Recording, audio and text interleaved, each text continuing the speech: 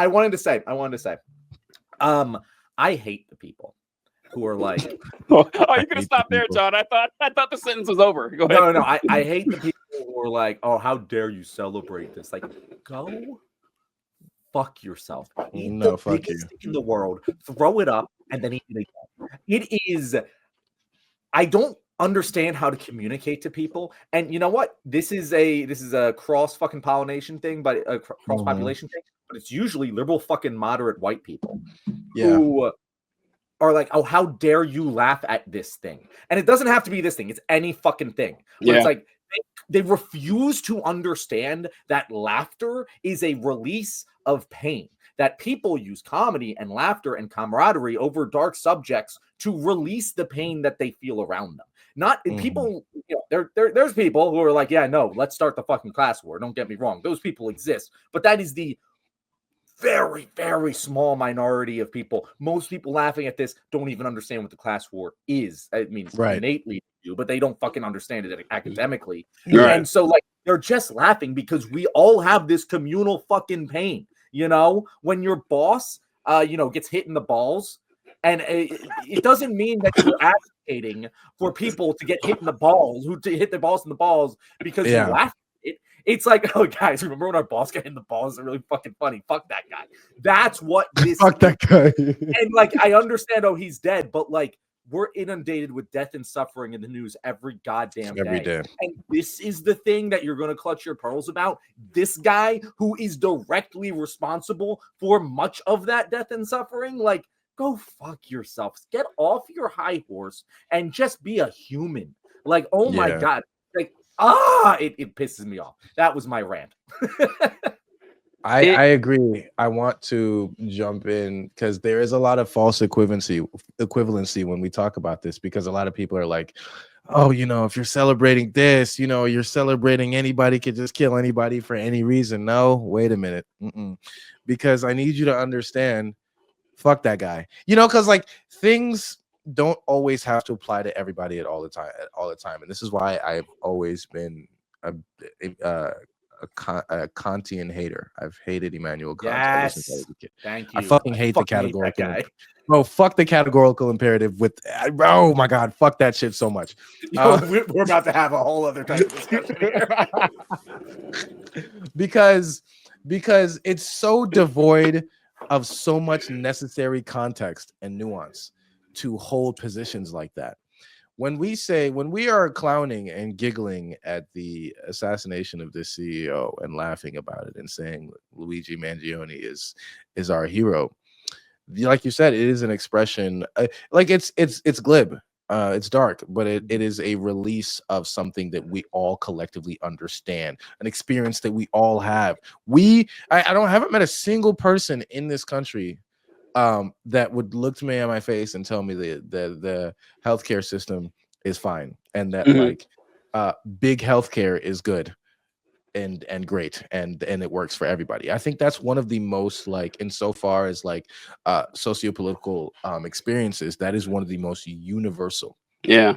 And it is and it's literally the baseline for any sort of like class or political awakening that you could sort of like encourage from a right winger or a liberal, is literally just like point to the healthcare system and be like, this is why capitalism is super duper fucked. And so insofar as laughing at that and expressing joy at that, it's cool. It's like it kind of filled me with hope, as bogus as it sounds, the fact that because I was very afraid that the reaction was going to be incredibly polarized. I knew that like leftists were going to be, you know, vibing with it and rocking with it, but I was very afraid that the sort of like Ben Shapiro's of the world and the right wing commentators, the ones who control the narratives on their side, were going to frame this in such a way that would have had their viewers also agreeing with them. I was so surprised to find out that their viewers were like, nah, wait a minute. And it's only liberal ideology that in this conversation right now, because the far right wingers, the conservatives, they're locked into, it's only liberal ideology, which in my opinion is the most spineless, vapid, banal, least fulfilling, least interesting of political ideologies.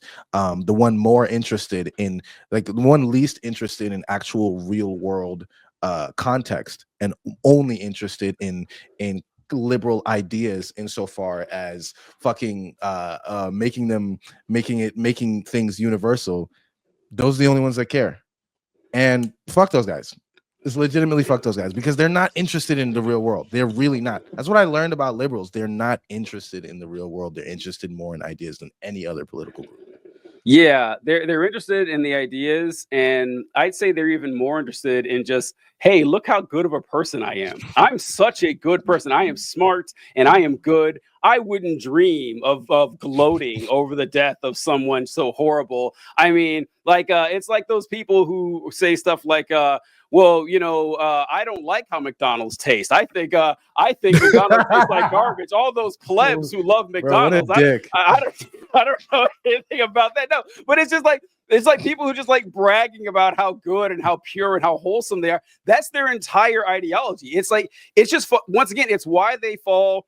It's why they fall so often for the Lucy with the football tricks with the Republicans. Like, have you guys seen that? How they're all cozying up to Republicans now. They're all saying, "Oh, well, John Fetterman's on True Social. John Fetterman, pardon of Donald Trump."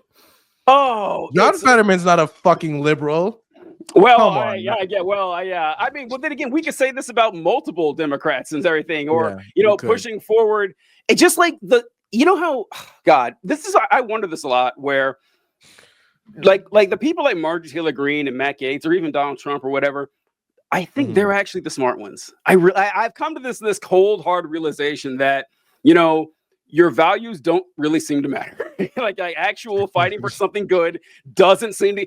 Honestly, having strongly held principles doesn't seem to matter either. It's all about putting on a show, and you're rewarded for it. So if that's the case, and that fighting for anything good and representing the people beneath you, and you're trying to bring them up, if that gets you nowhere, why not just be consumingly and hilariously evil? Why not? Right? I mean, it's hard. It's kind of hard to argue against this, especially when the victories that you see from the liberals. This is one that I don't know if I remember telling you about this, but actually it was a long time ago. It was when Kirsten Sinema was being sworn in to be senator in Arizona.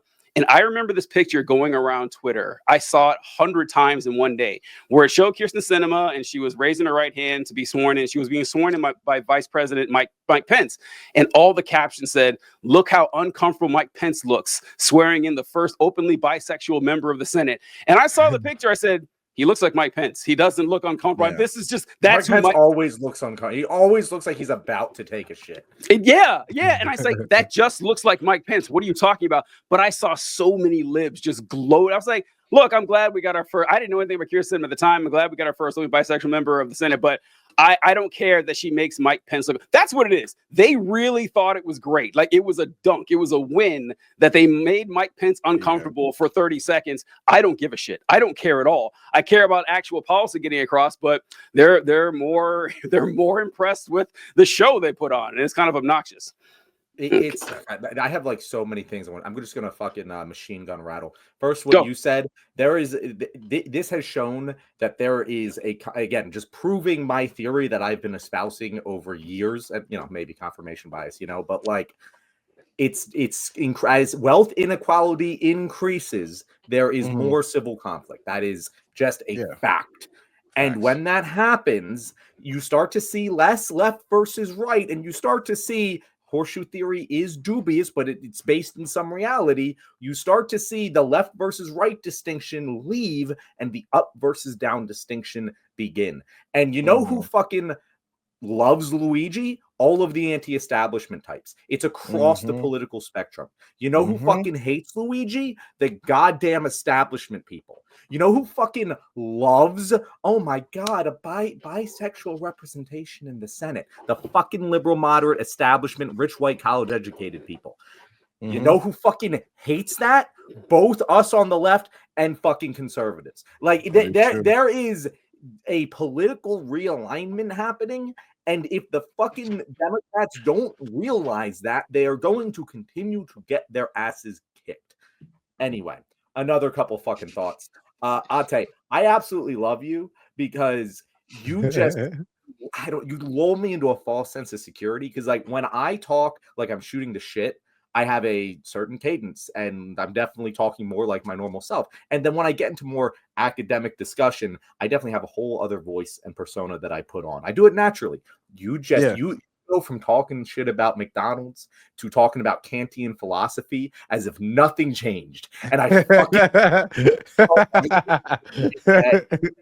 to speak to that Kantian philosophy, I love that you bring that up, because this is such a clear indication of how wrong that principle is.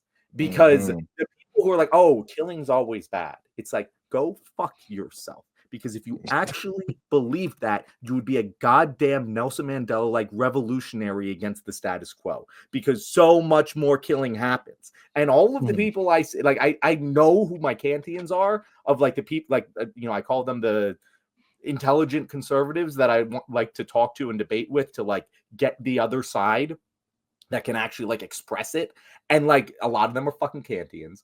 And it's the same fucking concept. It's like, oh, well, murders, how dare you do this? It's wrong. It's like, but like, you understand that you're just looking at the wallpaper here and you're not looking at what's behind it. Like you can't make any actual evidence-based argument that fucking Luigi has done more harm to the human race than fucking Brian Thompson. You just can't. Right. It's not fucking possible. So if you're going to sit there and say murder is wrong, I'm like, okay, I'll agree with you. I'm a fucking pacifist. I always advocate for nonviolent revolution. Right. Not necessarily because I think it's morally wrong to have violent revolution against an oppressive system, but because it has a higher likelihood of being successful. That's why I advocate for it. That being said, if you're going to sit there and tell me, hey, all murder is wrong, then you better be fucking having 1,000 times more criticism for Brian Thompson and his ilk than you do for Luigi for killing him. And if you don't do that, you don't think all murder is wrong. You think some murder is worse than others. You don't have a categorical imperative. If everyone behaved like Brian Thompson, no one could behave like Brian Thompson. And Kant would think that was wrong too. So fuck you. That's all I'm saying. I hope we have some philosophy nerds in the fucking comments right now who appreciated that, because I'm sure a lot of people were just like, what the fuck are you talking about? Like, you guys want to hear more discussions about Immanuel Kant? Stay after the show. We'll discuss them a whole lot more. But all right. Oh, shit. Fuck. Wolfie just scratched me in the balls. God damn. Wolfie is a fan of Immanuel Kant. No, I know. That's not like what I had to say. That would be funny. No, he was saying out here. He's a pussy. He's a pussy. He's a pussy. No, he slipped off and he like reached for a minute and scratched. Sorry. All right, sorry about that. Okay, all right. God, I knew we'd do this. I knew we would spend like half the show talking about I could spend the other half the show talking about it. Say what, John? I could spend the other half of the show talking about it too. It's a huge topic. It's a topic worthy of like a 2-3 hour conversation. There's just so much there. Like there's the Luigi part of it all, and then there's the like we're all happy that a CEO of United Healthcare is dead part. And those are two separate conversations, and they're both really fascinating. I've never seen, because we always talk, TJ, how like we're in the minority. I never expected this to be such a majority opinion. Like, and I understand we're online in a bubble, and like the online bubble is different than the real world, but like, damn, like every like normal person I know is like, yeah, go Luigi. Like it's insane the amount. I've never seen anything like this in my entire life. This is the closest I've seen to like a Jesse James phenomenon in this nation. I have never seen so many people like, yeah, I'm back in the murderer. We're in. I mean, I haven't seen this in my lifetime. Thank you guys so much. You made it to the end of the video. I'm really glad about that. But what I'm really glad about is that I didn't have to explain about any intersectionality with Black people in the Cold War. So if you want to hear more about that sort of thing, how about Destructive Ego? Tell people where they can find you. You can find me on TikTok, YouTube, Instagram now, dude. I'm taking myself seriously as a content creator, if you haven't heard. And I am starting to, and this is a really cool announcement, I am starting to work on long form video essays on YouTube that will go into the politics of whatever movie I'm interested in talking about. Right now, what I'm working on is the politics of the video essay that I'm working on is a 3-part video essay about Spider-Man, and more specifically the live action Spider-Man movies and how each of them differ in the depiction of Uncle Ben's death. I find something really interesting about Spider-Man 1's depiction of Uncle Ben's death, because the Uncle Ben moment is supposed to be this moment where Spider-Man sort of like realizes his potential as a hero, and so as a result, us as the audience is supposed to sort of realize our potential as people, as people that could affect positive change in the world. But Uncle Ben dies trying to stop a robber. And I find that really interesting, because juxtaposed with the MCU's version of Uncle Ben, which is actually Aunt May in Spider-Man Far From Home, she dies not trying to stop a robber, which is silly, but trying to rehabilitate a supervillain. And so there's subtle political differences, not even subtle. They're not so subtle political differences between how those two Uncle Bens and the messages that come from those sacrifices. And so that's what I wanted to talk about. So I'm really excited to write it. Follow the YouTube, subscribe to the YouTube, and stay tuned. Fantastic. Look forward to it. We appreciate you coming on, Ate. Destructo Jugo, Ate, fantastic. I would say he is our second favorite guest host. Our favorite guest host actually joined us on December 4th from the hours of 6 a.m. Eastern time to 9 a.m. Eastern time. Man named Luigi Mangione. If you guys want to check out that video, it's private on YouTube right now, but he was in studio recording with us. It was fantastic. So check that out. Thank you guys. We'll catch you later.